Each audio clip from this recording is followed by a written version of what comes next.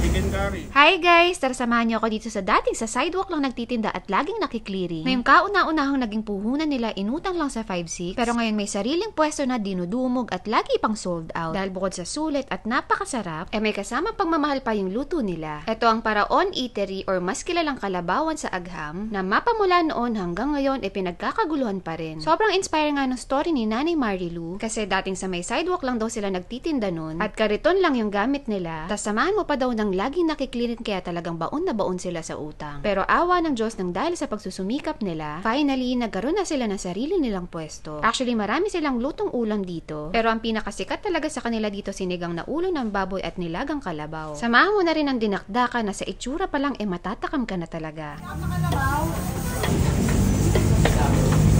Curry.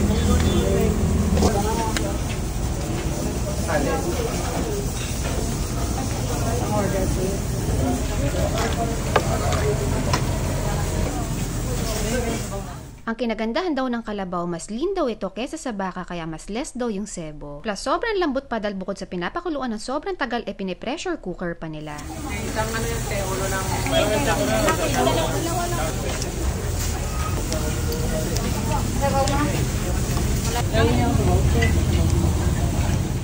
Kaya naman ano pang inaantay natin guys, huwag na natin patagalan, i-try na natin! So guys, nandito tayo ngayon sa may famous Kalabawan sa may Quezon City.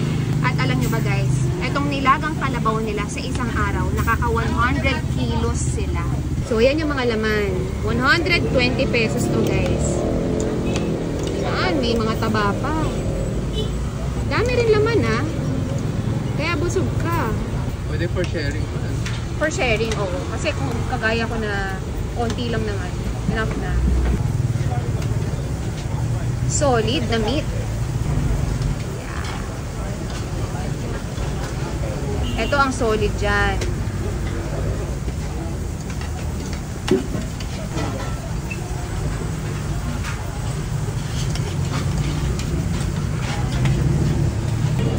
Daming laman. Kaya good for sharing na tong 120 pesos nyo.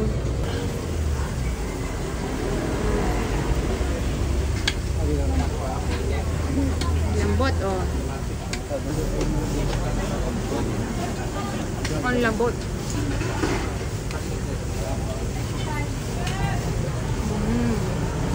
Malinis yung lasa.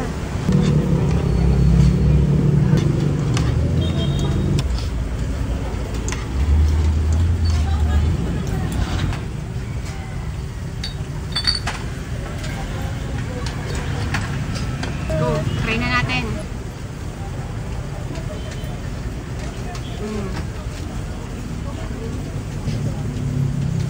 Tapos isuserve pa sa'yo ng sobrang init. Kaya masarap yung kain. Non-stop yung dating ng tao ah.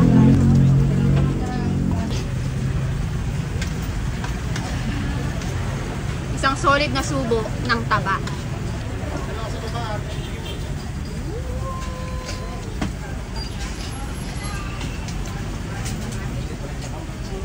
Oh, wow. Kailangan may kanin. Solid nun, ha? Wow. Nag-melt sa bibig ko yung taba. Parang nagmantika yung bibig ko. Pero masarap. Surprisingly, guys, ha? Para sa kalabaw, na alam naman natin na mahirap palambutin. Dahil kasi yung pinaka-meat niya, di ba matigas talaga. In fairness, na palambot nila. Though hindi siya talagang pag kinagat mo, gutay-gutay. Pero malambot pa rin siya para sa kalabaw. No wonder kaya talagang non-stop yung dating ng tao dito kahit 24/7 silang bukas.